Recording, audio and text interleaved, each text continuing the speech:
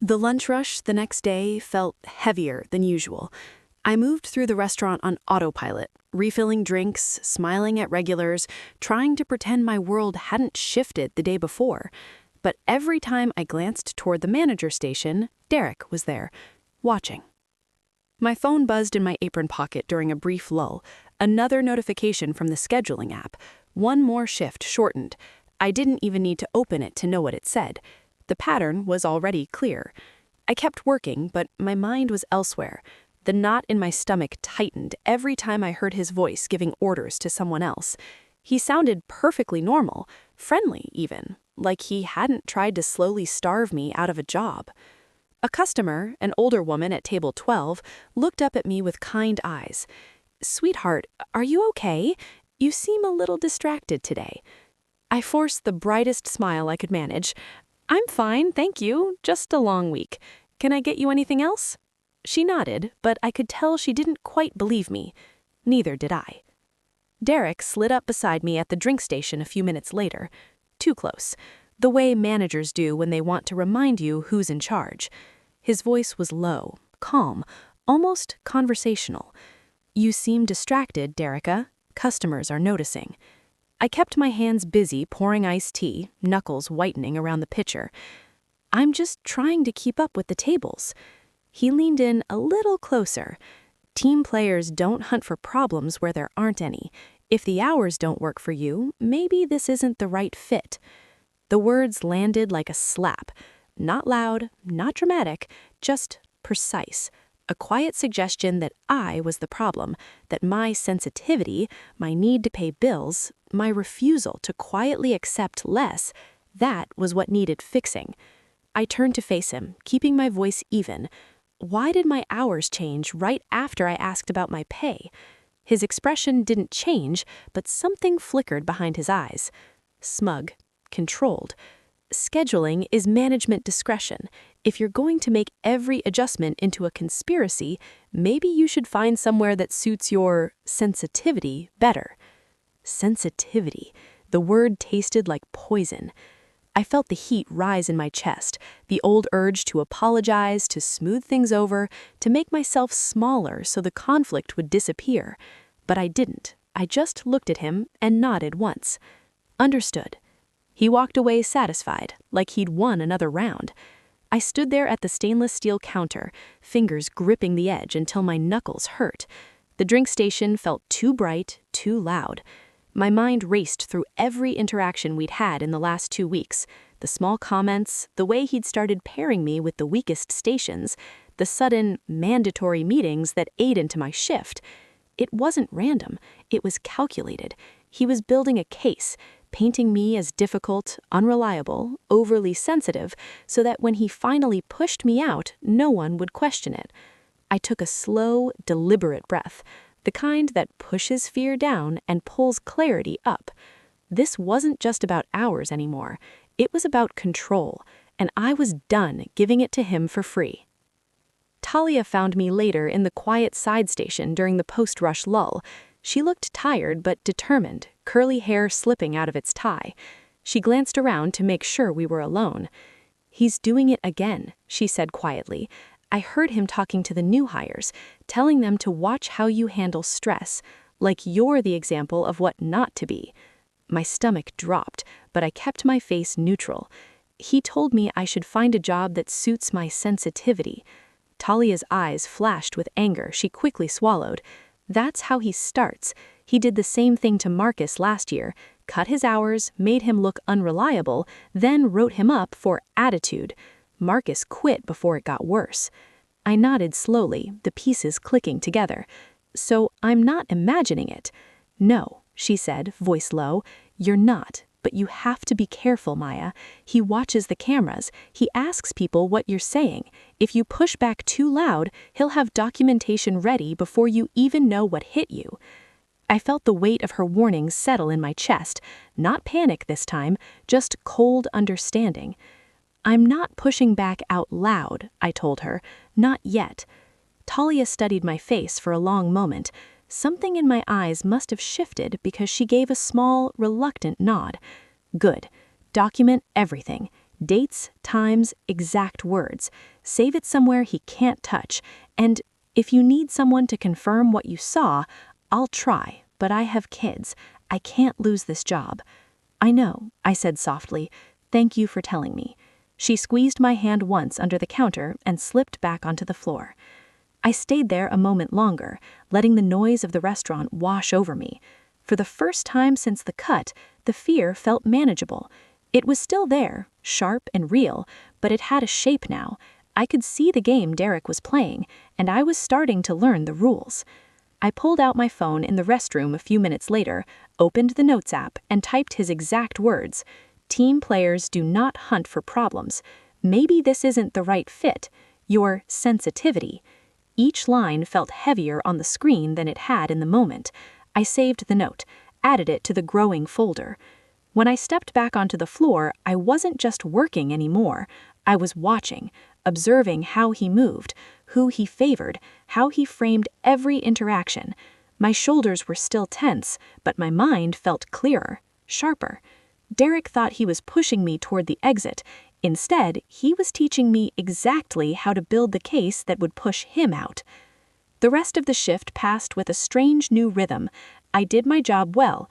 I stayed professional, but every interaction with him, every schedule tweak I noticed, every subtle dig, I cataloged it. By the time I left through the employee exit that evening, the gray light felt less oppressive. My steps toward the parking lot were heavier with exhaustion, but lighter with purpose. In the car, I opened the folder again. Derek Recedes stared back at me. It already had more entries than yesterday. I added the new notes, saved everything to the cloud once more. Then I sat there, hands on the steering wheel, and let myself feel the shift.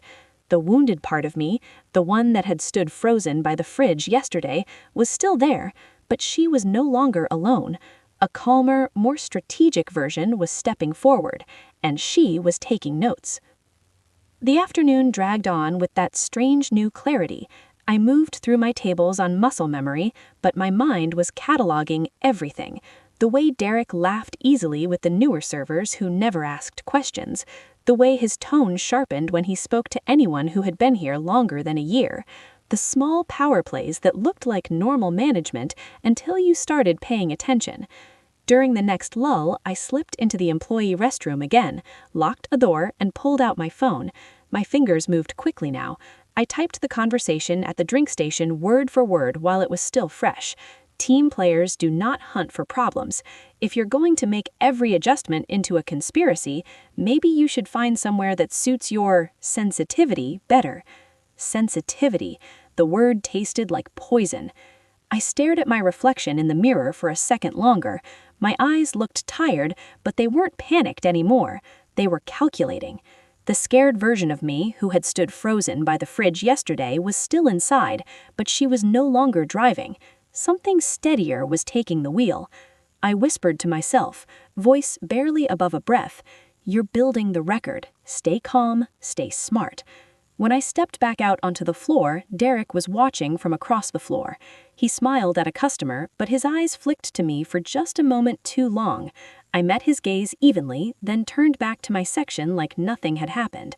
Inside, my pulse was steady, not racing with fear, racing with focus. Talia found me again near the end of the shift, in the narrow hallway by the employee exit.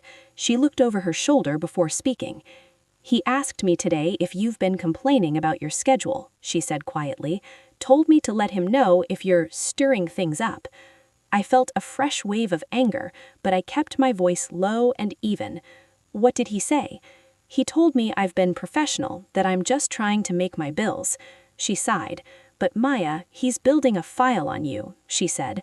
"I've seen this before. He'll start writing you up for small things, attitude, performance, distraction.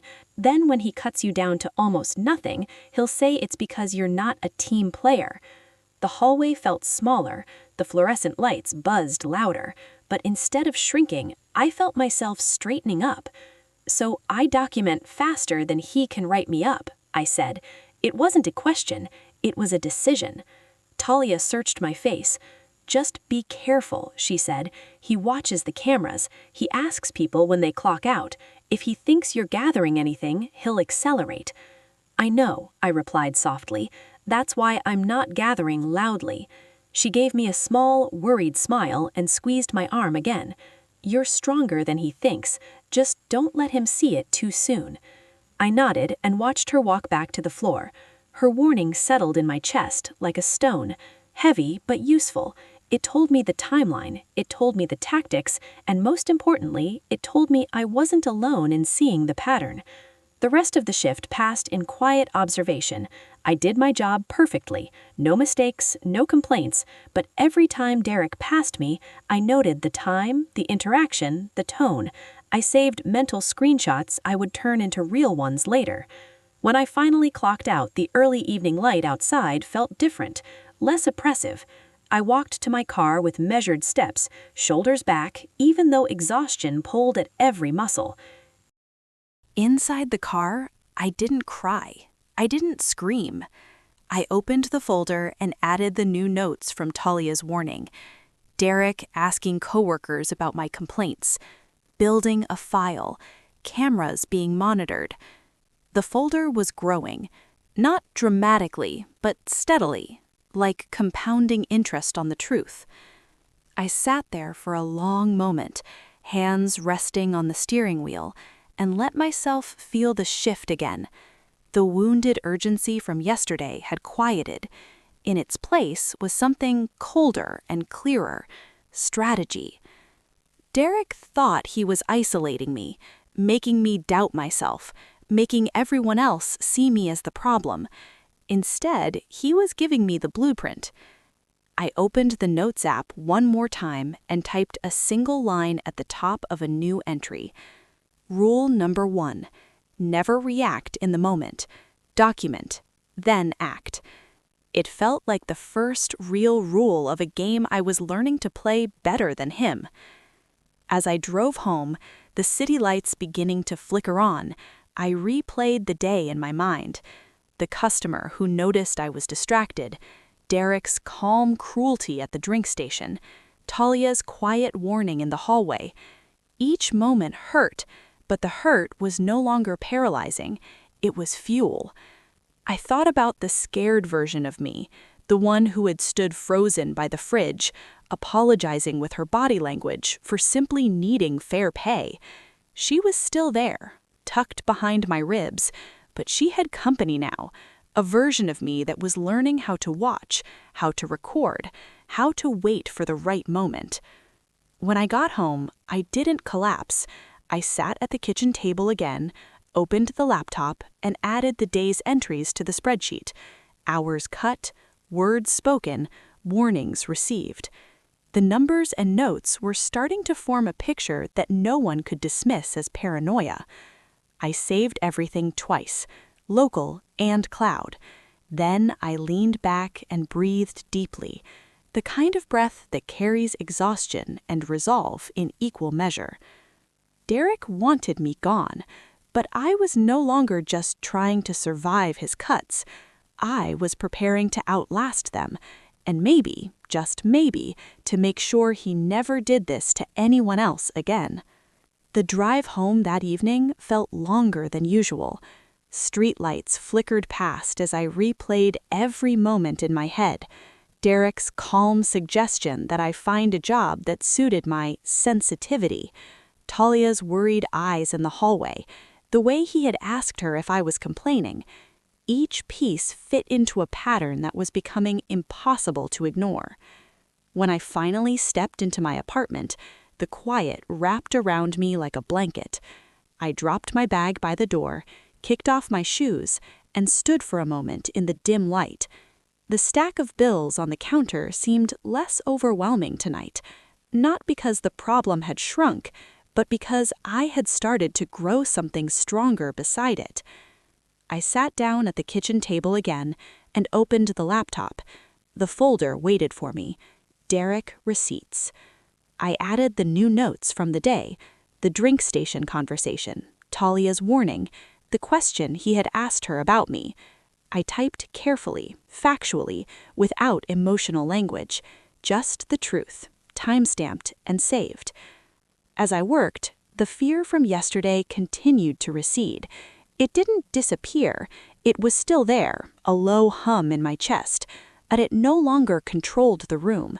In its place was a quiet calculation. I could see the moves he was making, the isolation, the framing, the slow erosion of my stability, and now I was making my own moves in response. I created a new section in the spreadsheet, Pattern of Retaliation. Under it, I listed the dates of the hour cuts, the timing relative to my questions about pay, and the exact words he had used. The evidence was starting to speak for itself, small at first, but growing. I leaned back in the chair and let out a slow breath, the kind that carries the weight of the day and leaves a little more space for clarity. Talia's words echoed in my mind. He watches the cameras. He asks people when they clock out. I made a note of that too. From now on, every screenshot, every voice memo, every typed entry would be done carefully, discreetly, in places he couldn't easily monitor. I wasn't paranoid. I was prepared. Later that night, after a simple dinner I could barely taste, I stood in front of the bathroom mirror again. The woman looking back at me had the same shoulder-length wavy black hair, the same medium brown skin, the same expressive dark brown eyes, but something behind those eyes had shifted. The wounded urgency was still present, but it was tempered now by something sharper, strategy, resolve, the beginning of quiet power. I whispered to the reflection, voice steady, "He wants you to quit. Don't give him the satisfaction. Make him regret ever starting this." Back at the table, I opened the folder one last time before bed. I stared at the growing collection of screenshots and notes. It wasn't dramatic yet. It wasn't enough to take to anyone official, but it was a foundation, a record that proved this wasn't all in my head. I hovered over the folder name for a moment, then left it as Derek Recedes. It felt right, simple, permanent, a quiet promise that every cut, every hint, every manipulation would be noted. As I closed the laptop, the apartment felt a little less heavy. The night city sounds drifted in faintly through the window, distant traffic, a siren far away. I walked to the window and looked out at the lights. Somewhere out there, Derek was probably relaxing, convinced he had handled another difficult employee. He had no idea that the employee he was trying to push out was now watching every move he made. I climbed into bed, the weight of the day settling into my bones. Sleep came slowly, but when it did, it carried dreams of timelines and folders and calm, measured questions asked at exactly the right moment. The scared version of me, the one who had stood frozen by the break room fridge, was still inside. She lived behind my ribs, tender and watchful, but she was no longer alone. A new version was rising beside her, one that took screenshots instead of tears, one that asked questions instead of apologizing, one that understood the game and was learning to play it better. The next morning would bring another shift, another chance for Derek to push, another opportunity for me to document. I wasn't ready to win yet, but I was done losing quietly. And that quiet refusal, that decision to build the record instead of breaking, was the first real step toward the day when karma would simply update the schedule and remove the man who thought he owned it.